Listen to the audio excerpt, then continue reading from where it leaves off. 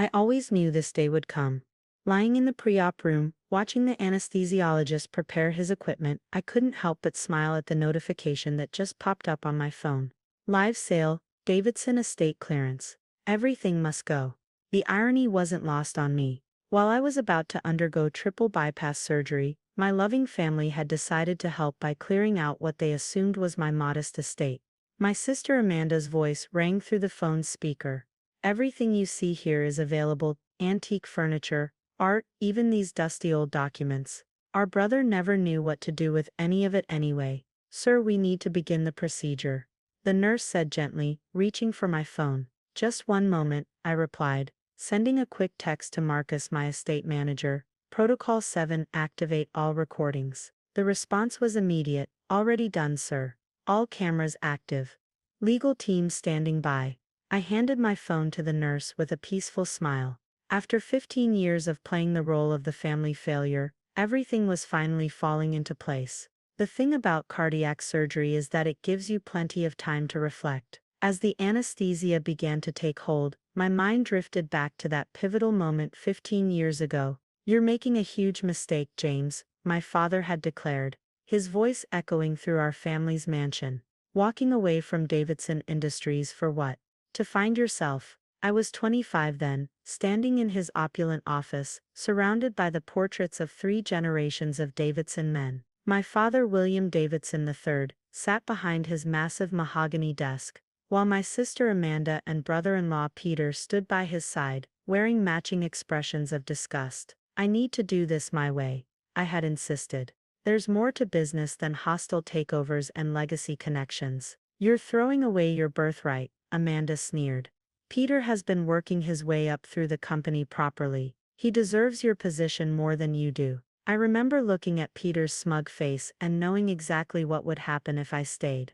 The Davidson family business would become another soulless corporate machine, focused solely on quarterly profits and shareholder value. The employees who had been with us for generations would be discarded for cheaper alternatives. The community projects my grandfather had started would be shut down to cut costs. So I walked away. Not from business, never from business, but from their way of doing it. What they never realized was that I had learned more from our grandfather than they knew. Old William Davidson I had taught me that true power isn't about having your name on the biggest building or driving the most expensive car. It's about understanding value where others see nothing, and building something meaningful while everyone underestimates you. The next decade and a half played out exactly as I had planned. While my family assumed I was struggling with small-time real estate deals, I was quietly building an empire. Every time they saw me in my old Toyota, they never questioned where the real money was going. When they mocked my shabby house in the old part of town, they never bothered to check who owned the development company that was buying up the surrounding blocks. My grandfather's words guided every move. The loudest person in the room is rarely the most powerful. Through shell companies and careful planning, I gradually acquired controlling interests in key properties across the city. While Amanda and Peter focused on making splashy headlines with Davidson Industries, I was systematically building a network of businesses and properties that would eventually give me control of something far more valuable: the very ground beneath their feet.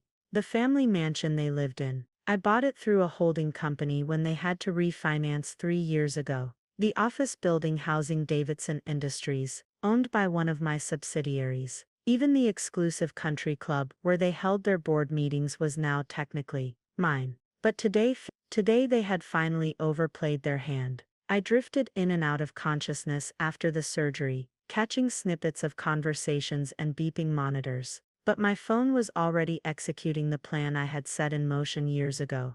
The live stream my sister had so thoughtfully broadcast would serve as perfect evidence. Every casual dismissal of worthless antiques, each carefully curated and worth small fortunes.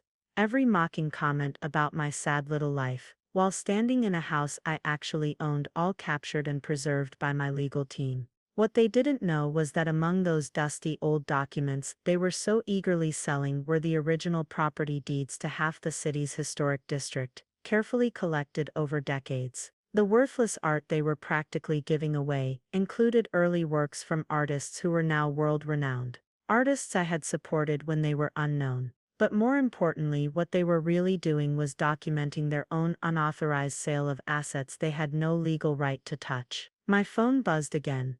Another message from Marcus, live stream downloaded and archived. Time-stamped inventory completed. Legal team has everything they need. Perfect. The next phase would begin tomorrow at 9 a.m. sharp when the city's land registry office opened. That's when the automated system would update to reflect the true ownership of the Davidson family properties. All of them. Every building, every office, every piece of land that my family thought they controlled would show its real owner. James Davidson, through various legitimate holding companies. The failing son they had written off had spent 15 years building something they couldn't imagine. While they focused on maintaining their public image, I had created a sustainable business empire focused on community development, historic preservation, and responsible growth. My grandfather would have been proud. The recovery room was quiet, except for the steady beeping of monitors, when Amanda decided to pay her dying brother a visit.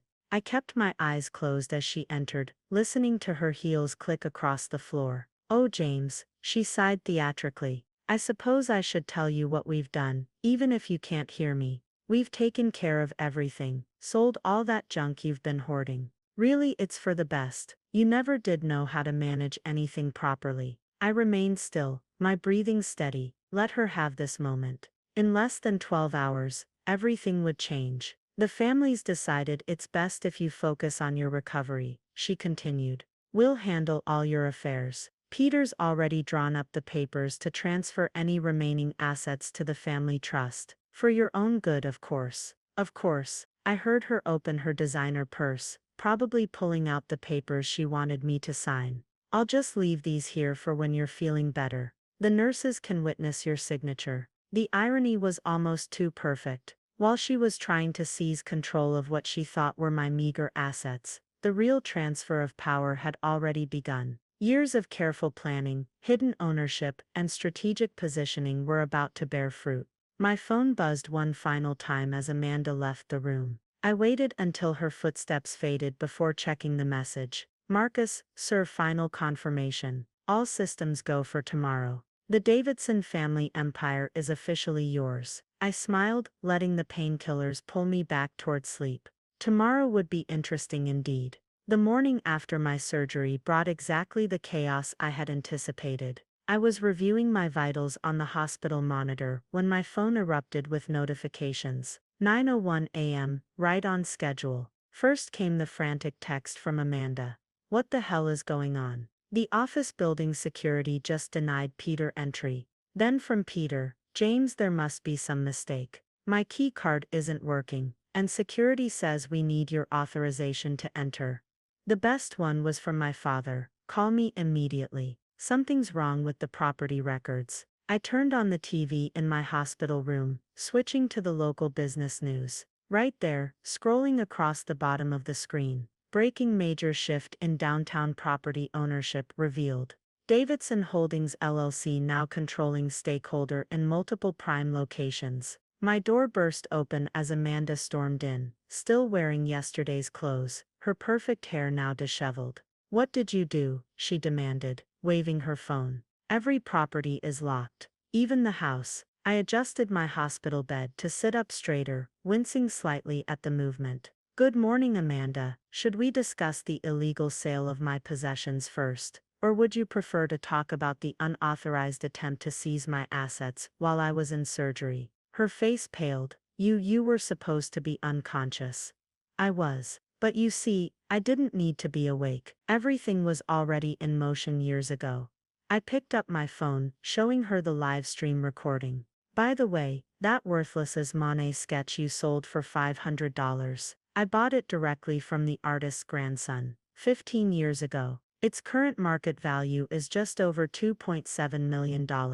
She collapsed into the visitor's chair. "But you're just a small-time real estate agent. You drive a Toyota." I couldn't help but laugh, though it made my chest hurt. "Amanda, did you ever wonder why that small-time agent could afford to buy properties in the historic district during a market boom? Or why your refinancing application for the mansion was approved so quickly 3 years ago?" The door opened again, admitting Peter and my father. Peter's usually immaculate suit was rumpled, and Father's face was thunderous. Fix this, Father demanded.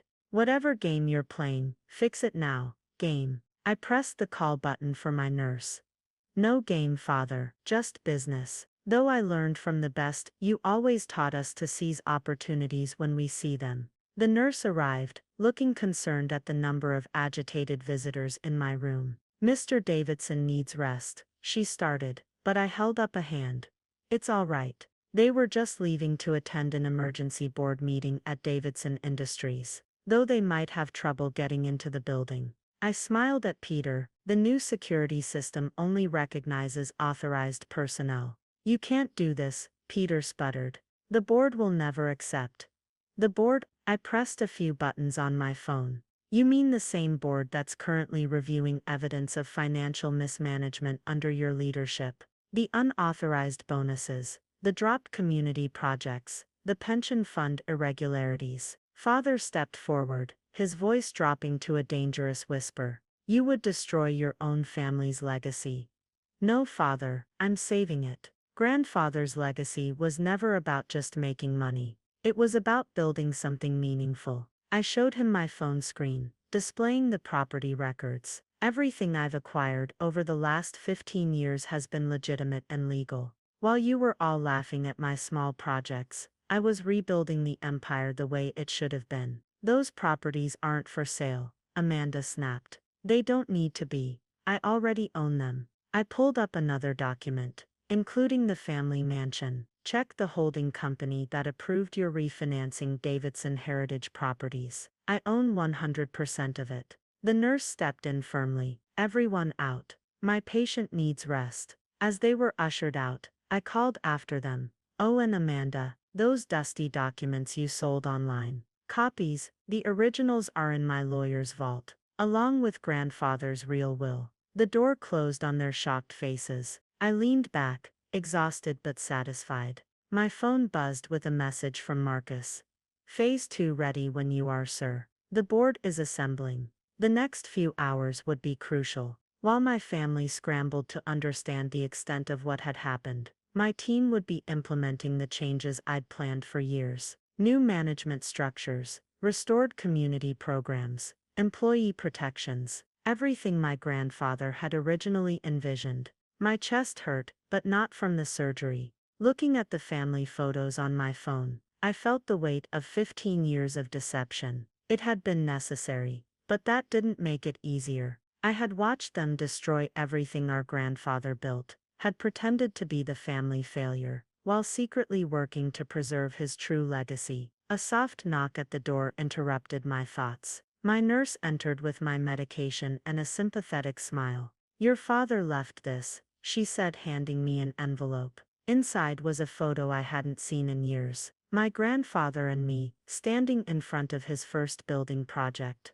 I was maybe 10 years old. On the back, in my grandfather's handwriting, to James who sees the value in everything. I smiled, tucking the photo away. It was time for the Davidson family empire to remember its roots. The board meeting was scheduled for 2 p.m., and thanks to modern technology, I could attend from my hospital bed. My doctors weren't thrilled, but they agreed after my legal team explained the stakes involved. A large screen was set up in my private room, showing the Davidson Industries boardroom in real time. The scene was exactly what I'd expected. 20 board members, most of them father's old golf buddies, sat around the massive table. Amanda and Peter huddled at one end, whispering furiously while checking their phones. Father occupied his usual seat at the head of the table, though not for much longer. Ladies and gentlemen, Marcus began, standing at the opposite end. As acting CEO of Davidson Holdings LLC, I'm here to facilitate today's transition. Now see here, Father interrupted. This meeting was called to address an administrative error in our property holdings. I unmuted my connection. No error, Father. Marcus, please proceed. The board members startled at my voice coming through the speakers. The wall-mounted screen showed my hospital room feed. James, one of the older board members, Johnson, leaned forward. What's the meaning of this? We heard you were having surgery. I did. Triple bypass, successful. But there's no time like the present to correct 15 years of mismanagement. I nodded to Marcus. Show them. The presentation began, displaying chart after chart, document after document. Property acquisitions, investment patterns, development projects, all orchestrated through my network of companies. As the true scope of Davidson Holdings became clear, the room grew increasingly silent. "This is impossible," Peter finally sputtered. "These holdings, they're worth billions. $4.7 billion, to be exact," Marcus confirmed. "All acquired legally and developed sustainably over the past 15 years. While Davidson Industries focused on short-term profits, Mr. James Davidson was rebuilding his grandfather's vision." Amanda stood up, her voice shrill. "He can't just take over. We have shareholders, contracts." "Actually," I interrupted, "as of this morning, Davidson Holdings owns 51% of Davidson Industries' voting shares, purchased slowly, through various subsidiaries, over the past decade. And as for contracts," I smiled, "check your lease agreement. This building belongs to Davidson Heritage Properties, my company." Father slammed his hand on the table. "This is preposterous. The board won't stand for this hostile takeover." "Hostile?" I raised an eyebrow. "Like how you and Peter orchestrated the takeover of Miller Construction last year, forcing out old Mr. Miller, who'd been grandfather's friend and business partner for 40 years. Speaking of which," I nodded to Marcus again. The screen changed to show security footage. Peter in various meetings, accepting envelopes, making deals that should never have been made. "The SEC might be interested in some of these recordings," I said quietly. "Unless, of course, the board votes to accept the new leadership structure I'm proposing." Johnson cleared his throat. "William," he said to my father, "I think we should listen to what James has to say." The next hour was a detailed presentation of my vision for the company. Restoration of the employee profit-sharing program that Peter had eliminated. Renewal of the community development initiatives. A return to the ethical business practices that had made my grandfather respected throughout the city. "This is what Davidson Industries was meant to be," I explained. "Not a machine for generating quarterly profits, but a force for positive change in our community. Check your tablets, you'll find the full proposal there, along with evidence of how current management has deviated from these principles." The board members began reading, their expressions growing increasingly grave. Peter's face had turned an interesting shade of gray. "There will be no layoffs," I continued, "no hostile takeovers. We're returning to grandfather's philosophy, grow by building up, not by tearing down." Amanda stood up again. "This is ridiculous. He abandoned the company 15 years ago. He can't just walk back in and miss." Davidson Marcus interrupted smoothly. "Perhaps you'd like to explain these documents we found during your impromptu sale of your brother's belongings." The screen showed photos of documents Amanda had tried to sell online, documents that revealed her own questionable financial dealings. She sat down abruptly. "I never abandoned the company," I said quietly. "I just chose a different path to save it. Now shall we vote on the new board structure?" The vote was quick and decisive. Even Father's most loyal supporters could see which way the wind was blowing. Within 30 minutes, Davidson Industries had a new CEO, a new board chairman, and a new direction. "One last thing," I added as the meeting wound down. "About the family mansion." Father's head snapped up. "You can keep living there," I said, "all of you. But the servants' quarters will be converted into a community center, as grandfather originally planned. And the groundskeeper's cottage, it's going to become a small business incubator for local entrepreneurs." "You can't," Father began. "I can, I do, and I will." I held up the photo he'd left earlier. "Grandfather taught me to see value in everything, Father. Even in failure. Even in being underestimated. I learned that lesson well." The meeting ended shortly after. As the board members filed out, many stopping to peer curiously at my screen, I could see the reality sinking in for my family. Their world hadn't just shifted mistet, it had completely transformed. Marcus stayed behind after everyone left. "Sir, shall I proceed with Phase 4? I nodded. "Yes, but first, please have someone check on Amanda and Peter's offices. I suspect they might be trying to delete some files." "Already handled, sir. Our IT team locked down the systems an hour ago." I smiled. "Then let's proceed. It's time to show everyone what Davidson Industries can really do." As the screen went dark, I leaned back against my pillows, exhausted but satisfied. The heart monitor beeped steadily, reminding me that I needed rest. Tomorrow would bring new challenges, but for now I had accomplished what I set out to do 15 years ago. The empire was back in the right hands, and this time it would be run the right way. 1 month after my surgery, I stood at the window of my grandfather's old office now my office, watching the sunset paint the city skyline in shades of gold. The bypass surgery scar was healing well, and in a way, so was the family. The changes had been swift but calculated. True to my word, no one had been fired. Though Peter had resigned rather than face an SEC investigation, Amanda had retreated to the family mansion, where she was surprisingly taking an interest in the new community center's development. Father, however, had surprised everyone. "You did exactly what I would have done," he said one evening, a week after the takeover. He'd shown up at my house. My real house, not the modest one they'd known about. With a bottle of scotch and grandfather's old ledger. "You outmaneuvered us all, and you did it legally. Just like I taught you." "No," I'd corrected him. "Just like grandfather taught me. You taught me about power. He taught me about purpose." Now, a month later, father had become an unexpected ally in the company's transformation. His old contacts proved valuable as we restructured partnerships and restored broken relationships. My phone buzzed in message from Marcus. "Sir, the Miller family is here." I smiled. This meeting had been 15 years in the making. Old Mr. Miller entered my office, leaning on his daughter Sarah's arm. At 78, he still had the sharp eyes I remembered from my childhood. "James Davidson," he said, looking around the office, "sitting in your grandfather's chair. Will wonders never cease?" "Mr. Miller," I gestured to the comfortable chairs by the window. "Thank you for coming. When I heard what you'd done, how you'd been building all this in secret." He shook his head. "Your grandfather would be proud. That's actually why I asked you here." I opened my desk drawer and pulled out a folder. "I'd like to return Miller Construction to your family," Sarah gasped. "But Peter said the sale was final."